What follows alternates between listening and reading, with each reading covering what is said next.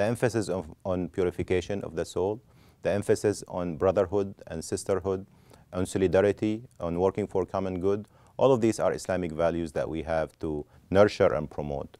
And alhamdulillah, the Hizmet movement is doing a good job in that aspect.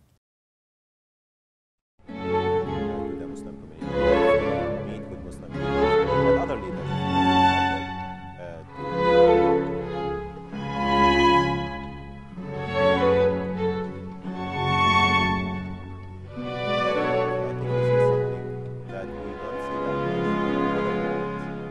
I have all respect to brothers.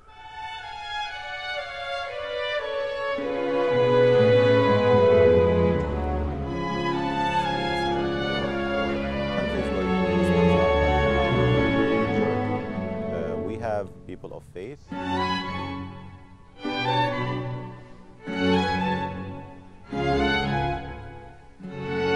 My name is Zaher Sahloul. I'm a critical care specialist, one of the, I would say, community servants here in Chicago. I've served the Muslim community, the Arab community, the general Chicago American community at different capacities. And right now I'm the president of the Syrian American Medical Society, which is a leading organization in medical relief in the crisis of Syria. We send medical relief to Syria, to Lebanon, to Jordan, to Turkey, to the Syrian refugees. Hizmet movement is dear to my heart. I have many friends from the Hizmet movement that I got to know in Chicago and also in other parts of the world. I visited Turkey a couple of years ago, and I had to meet with brothers and sisters from the movement in the schools, in the different educational centers.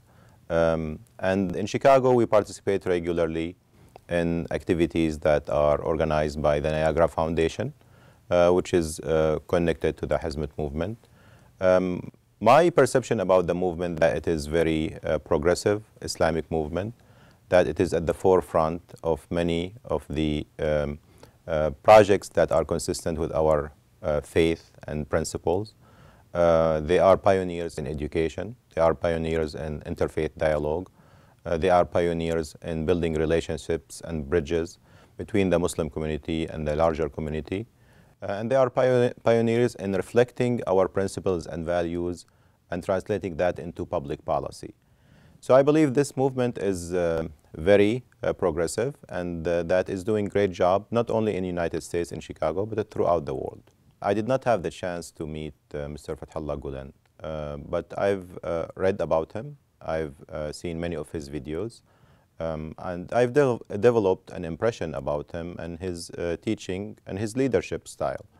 Of course, I've met many of his followers or people who are connected to him, and my impression that his followers love him a lot, that he's a person of faith, that he's a person that is very sincere, that he's a person that is trying to lead the movement to be one of the most powerful movements, Islamic movement in the world, that he believes in interfaith dialogue, that he believes in education, that he believes in humanity, and his movement reflects his teaching. I wish that I would have the chance to meet with him and talk with him, because I think it's important for scholars like him, scholars that are unique in their teachings and are very progressive, to meet with different Muslim leaders and public officials to make sure that any misperception about him can be erased.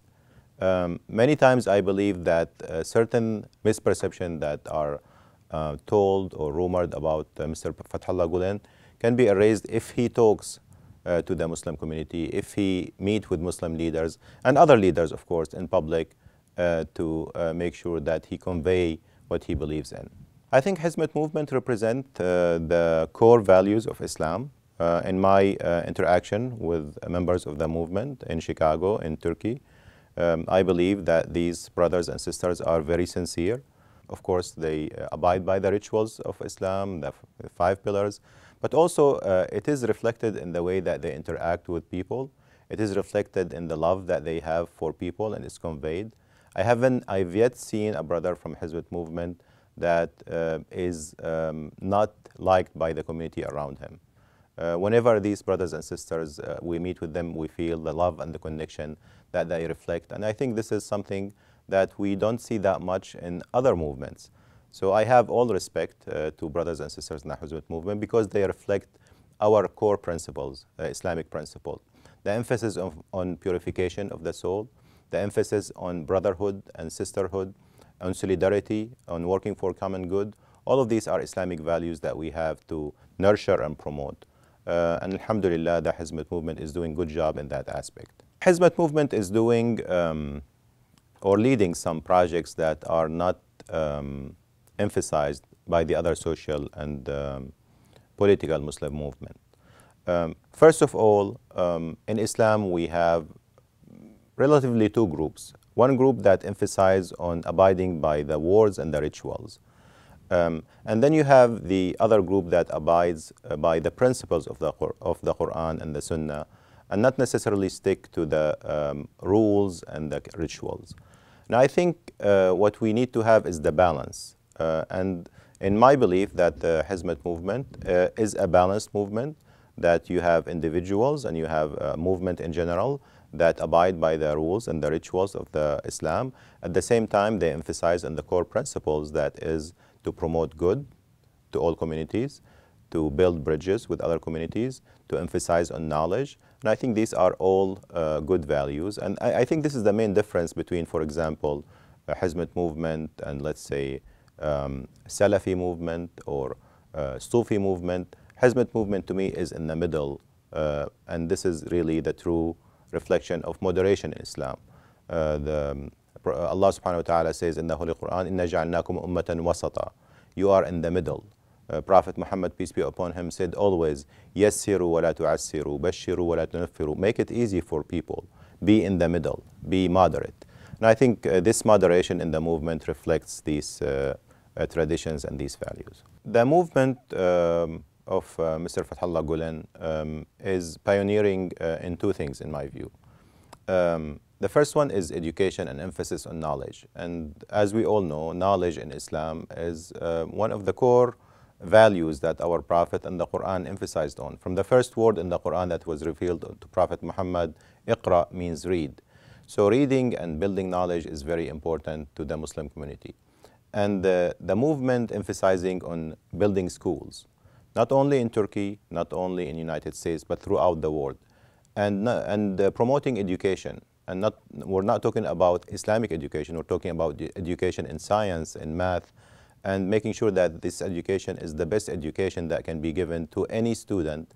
I think this is very worthy of our love, and I think this is reflecting in the students and the quality of the movement that we are seeing. Emphasizing on science, on math, on biology. These things are very important to us, and we have to produce the best scholars, not only in Quran, but the best scholars in education, best scholars in medicine, the best scholars in science and physics. And they don't have to claim that we are doing that because we are Muslims. The fact that you are the best in your field reflect your true essence. You don't have to say, well, I am the best Muslim scholars because I went to a Quranic school or Islamic school. You have to be the best physician, you have to be the best architect, the best attorney, and that will really tell people the true essence of your value as a human being. The other thing that distinguished this movement is the building bridges with communities of faith, with public officials, with civic leaders. Whether it's the Catholic communities or Protestant community or the Jewish community, it's very important for us Muslims, especially Muslims who live in the West, in the United States or Europe, to build bridges with the communities of faith. This is also a tradition of Prophet Muhammad, peace be upon him, who built always bridges with the communities of faith, the people of the book. They visited the mosque in Medina, and he talked with them. He hosted Christian community in his mosque. He talked with the Jewish leaders in Medina. And he had treaties with Jews and with Christians that are based on the shared principles and are aimed to promote common good. Interfaith dialogue is a necessity these days. We live right now in a world that it is interconnected. We live in a world that you cannot live alone. We cannot be secluded from other communities. especially in the United States or in Europe or countries where Muslims are not in a majority, we have people of faith who want to do the same thing that we want to do, who want to have improvement in the society, who want to protect the poor and the needy, who want to promote goodness, who want to protect immigrants, who want to protect civil liberties. We want to do the same thing. We cannot do it alone. Muslims in the United States and the West cannot do things alone. We have to build bridges based on our common values and principles with people of faith and people of other faiths, and this is necessity. That's the first thing. Second thing, this is also based on our tradition. As I've mentioned before, Prophet Muhammad built bridges of understanding with the people of the book, whether they're Christians or Jews in the Medina. And this is something that is throughout our history, Muslim scholars have connected with other people of faith. There is a lot of misunderstanding in the Muslim majority countries about interfaith dialogue. Some people believe that by talking or dialoguing with Jews or Christians, then you are compromising your values. You are undermining your values. You are opting out to other communities. Actually, it is the opposite. Interfaith dialogue is the best opening for da'wah. How can you invite people to see the beauty of your faith if you don't work with them? We cannot preach about Islam by just telling people to go and read the Quran. We have to preach about Islam and the Quran by reflecting the true essence of Quran and Islam. And people, to know that, they have to interact with us. They have to feel that we love them and that we befriend them. And we work with them for the common good. And this is the best invitation to look at the common essence of Islam. So I think the movement is reflecting the teaching of Prophet Muhammad in these two aspects: emphasis on knowledge and also building bridges with the faith communities. You cannot be a true Muslim without being charitable, not only to Muslims, but to people of need. As we all know that the Prophet Muhammad, peace be upon him, and the Quran emphasize on giving out of your money, not only zakah, but also sadaqah. Giving out to people who are in need is actually compared to prayer in the Quran. You cannot have perfect prayer without being charitable. So I've witnessed the fact that many of the charitable activity of Hizmet Movement are done not only in Muslim countries, but also in countries that are not Muslims. I know that Mosque, for example, have a lot of charitable activities in Turkey to Syrian refugees, which is great because they are in need at this point, and also to people who are in need throughout the world in many countries. And I think this is something that we should respect and promote, and I encourage people to donate to Mosque and other charitable organizations, because this is also one of the true values of Islam.